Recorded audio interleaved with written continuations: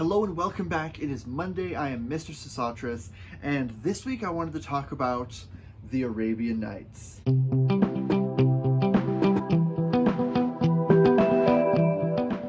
Now, the Arabian Nights is an informal name given to a collection of stories by Europeans in like the 17th century. The more accurate title would be the 1001 Nights. And this is a collection of stories that has a very long and complicated history. They were originally a disparate collection of stories from Arab, Indian, and Persian sources that sort of coalesced over time. For a very long time. They didn't start really getting written down until about like the 9th century onward.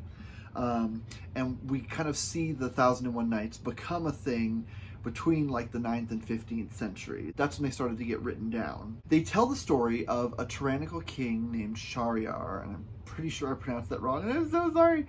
He rules in a kingdom set between India and China, of all places, and he discovers that his wife has been unfaithful to him, and so he takes it out on every woman in the kingdom. He marries a young woman the night before and then has her killed the next morning as a result of his anger at kind of women in general. And pretty soon there's no women left in the kingdom. And so his advisor, the wazir, his daughter, whose name is Scheherazade, she has kind of a plan. She says, you should tell the king to marry me, and then I will fix this whole thing just on her own. And so her father, reluctantly agrees, and so she's married to the king. And what she does is she begins telling him stories.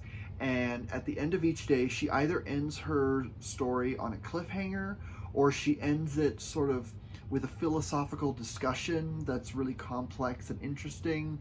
And so the king sort of keeps her alive for one more night so they can keep talking because it's genuinely really interesting.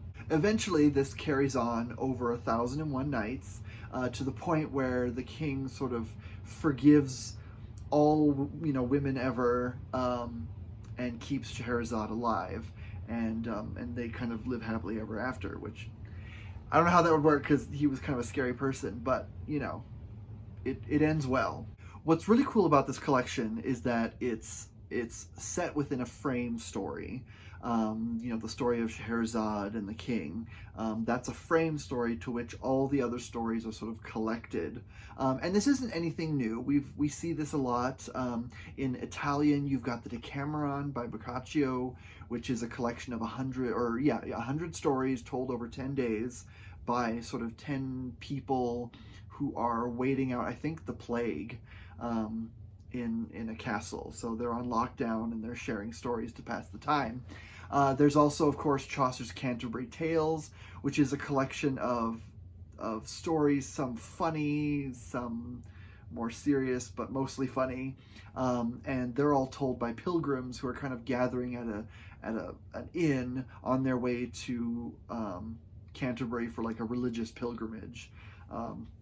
And that is another really, really great one. But the thing with this one is that the stories aren't all created by one person. Some of them are folk tales, some of them were added later, and they were just sort of collected over time, and it sort of became this big, massive collection of 1001 stories. This collection is definitely as important as something like Grimm's fairy tales, which is, again, another a collection of stories that were gathered from all over by the Brothers Grimm and sort of kept for posterity, so that they could kind of keep the traditions of sort of the Black Forest culture kind of alive. But this one, it took a very, very long time for these stories to get to us, and they're really important because they represent a collection of sort of colloquial Arabic stories that would have otherwise been lost had they not been sort of added to this collection. When it gets to Europe in like the 1600s, that's when we start to see some big things changing, and that's where you get to see things like European Orientalism and the ideas of sort of white European men and their influence on the stories. Unfortunately, the most common translation that we have comes from, well, this one is translated by Sir Richard Burton, but there was an earlier version that was in French by Antoine Galland, and I think I pronounced that name right. And there's a couple things that are most familiar to us about these stories that were added at that point. Characters like Aladdin and the Lamp, Ali Baba and the 40 Thieves, the 7 Voyages of Sinbad. Those are kind of the only stories that the average layperson, if you ask them about the 1001 Nights, those are the ones that they're going to mention. And those stories were actually added in the 1700s, early 1700s. Antoine Galland, who was doing the translation from the Arabic, he was using a Syrian source. He had a friend, a Syrian Christian acquaintance, whose name was Hannah Diab. Again, I probably pronounced that wrong. And he wrote the stories of Aladdin and Ali Baba, and may have also written the Sinbad stories. Those ones existed kind of on their own as like a separate story cycle for a bit. And so it's kind of unclear who actually wrote that story, but you know, with this kind of partnership of Galland and Diab, they added them all into the kind of main collection. I think at that point there weren't up to like 1001 stories. The stories were sort of initially, when you see it in like the 9th century, references to it when they say 1001 stories, it's more like hyperbole. They're saying just there's a lot of stories. But when you get into kind of the European era, they started to take that kind of literally, and so they would add more things in and move things around to kind of bring it up to 1001 stories. And so because of all this, when you have this many changes and modifications over time, especially once European hands got a hold of it and were able to kind of change it, the question arises is sort of what is the real version of the 1001 Nights? And the truth of the matter is the whole collection has kind of always been sort of a mishmash. There's a lot of stories that when you look at sort of the original Arabic, it's clear they weren't written by an actual Islamic scholar. The stories contained like grammatical errors that no, you know, Arabic scholar would have made, like those mistakes they wouldn't have made. And so some people say that some of these stories came from Turkish, some might have even come from Greek, and then were kind of translated into Arabic by someone who maybe Arabic was their second language, and so they didn't quite get the feel of it. So the stories as a whole, they are really, really important to understanding kind of medieval Arabic speaking cultures, but the stories themselves there is no like perfect canon. There was a lot of oral tradition involved.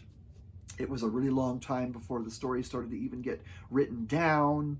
And so it's kind of chaotic. It's sort of like when you look at like Greek mythology, you know, there's not really an accepted perfect version of every myth.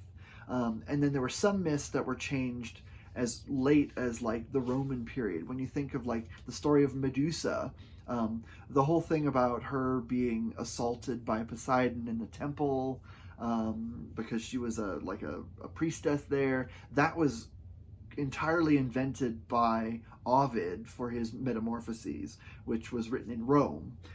The original Greek version was very different, and the story kind of changed over time. And so you see the same kind of thing with this. It definitely exists as sort of a living, breathing collection of stories that changes over time, is modified as the stories were passed around from country to country. Things would obviously get changed, lost in translation, modified, added. And so it's really hard to say there's like a perfect version of it. But the best thing we can do is just find translations of it that are the most respectful to the source material, and that's kind of all we can do. And so we definitely should criticize European authors for kind of orientalizing the stories and modifying them. I know Sir Richard Burton is notorious for kind of playing up the more erotic aspects of the stories because that's just who he was, and focusing more on stories that feature like primarily male characters. There's also certain things that were added that don't make sense. Like, for example, the Galand version added the story of Aladdin, and we all kind of know Aladdin from like the Disney movie. But when you read kind of the first couple lines, it says that it all takes place in China, even though like every character has an Arabic name and the descriptions of everything are very much so, unless it took place in like a bubble of sort of Arabic speaking culture within China somewhere, it kind of doesn't make sense. And so I don't know if that was an issue with translation or if that's something that Galan did that sort of messed things up. Another thing that Sir Richard Burton is kind of bad for is he wrote things in a very kind of flowery, elevated English that makes it sound almost biblical, and that kind of misses the point. The appeal of these is that they were written in like colloquial Arabic and sort of appealed to the general reader, like the normal people. These are folk tales, at least some of them are, and when you kind of write it in that sort of elevated, flowery language, it gives the wrong impression, because this wasn't written in the sort of like classical Arabic that you'd see in like the Quran, the more elevated, formal language. You don't see that in this. And so when Burton translated it, he made it a little too, like biblical sounding to appeal to people, because like to make it seem more impressive and everything. So, be aware of that. And also the frame story with Scheherazade, a lot of people believe that one came from Iran because the names are Iranian. But the frame story was probably like a separate thing originally and then was added in, and everything started collecting around it. So it's a conglomeration, and it's fascinating, and it contains sort of bits and pieces of many, many different cultures, and it's such a cool artifact that we have it. It's almost kind of, I'm not going to say it's good that the Europeans were so obsessed with kind of the exotic East, quote unquote, because there was a lot of colonialism and racism involved in that, but the fact that it became popular enough that we still have it is really, really important. I feel like there's a bunch of stories, folk tales and stuff that were lost amid the violence of colonialism that we will just never see again. And that's so tragic and sad. And so the fact that we do have these stories, even though there's some that were added later and there's some that were kind of, modified by European sensibilities, we have quite a bit, and there is sort of original texts, I think they're in Syrian, that sort of preserve basically as much as possible. Now, if you're interested in reading these, be sure you find kind of a respected translator who does a good job. Richard Burton is a very common one because he did sort of the most complete translation. This edition, this is like the Barnes and Noble, leather-bound one, and I kind of treat this edition with some suspicion. I got it when I was like in college and I didn't know any better, and I was like, ooh, it's really pretty, but I don't know how kind of accurate this is. A lot of the artwork and stuff, it's like, is it authentic? Is it respectful of the original culture? I'm curious if like the Arabic words on the cover, if they're correct, or if this just says like, I don't know, rice or something, and it was just thrown in because it looks pretty. So like, be suspicious. It is pretty to us who don't know any better, but I'd be curious to have someone who actually like speaks Arabic or understands the culture to see kind of how respectful this is, and how much of it is sort of just Orientalism throwing kind of Arabic-ish words and flourishes and stuff to kind of, make it seem pretty. So, be aware of that. But there are some translations that I'm looking for that I've heard are a little bit better. There's one by Malcolm C. and Ursula Lyons that I think came out in 2008. And it's not the complete thing, but it's a fairly accurate translation. And that's one that I would mind finding. Apparently it's pretty easy to find. There is another one by Yasmin Seal, or Sealy. Again, Seale is how you spell her last name. I'm not sure how to pronounce it. But she did a really cool translation that is fairly complete. I think she did like an annotated translation, which is really cool as well. And she restored a bunch of stories that were sort of not moved over from sort of the Syrian text to the French text. Stories that feature sort of strong female characters. There's also some that are a little like more horror oriented that were sort of considered maybe too scary for the French translation. And so she's kind of created a very like accurate sort of translation.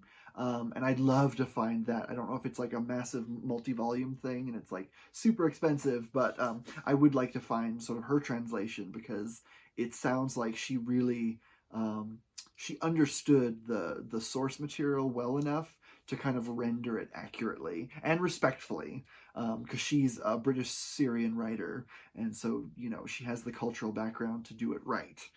But anyways, I just wanted to kind of rant about how cool this collection is, and more people need to read them. There's good stuff in here, and they're very important. Even things like the City of Brass, which I've raved about a lot on this channel. The City of Brass is the name of a story in The 1001 Nights, and it features a lost city, and it involves jinn and all that kind of stuff. And so, there's good authors out there who are kind of keeping our attention on The 1001 Nights, and I think you should too, if you're interested in fairy tales, adventure stories, horror, romance, all that fun stuff. There's good stuff to be found in these, provided you find a good translation. But with that, I will let you go. I will see you next week. Thank you so much for watching, and in the meantime, happy reading. Bye.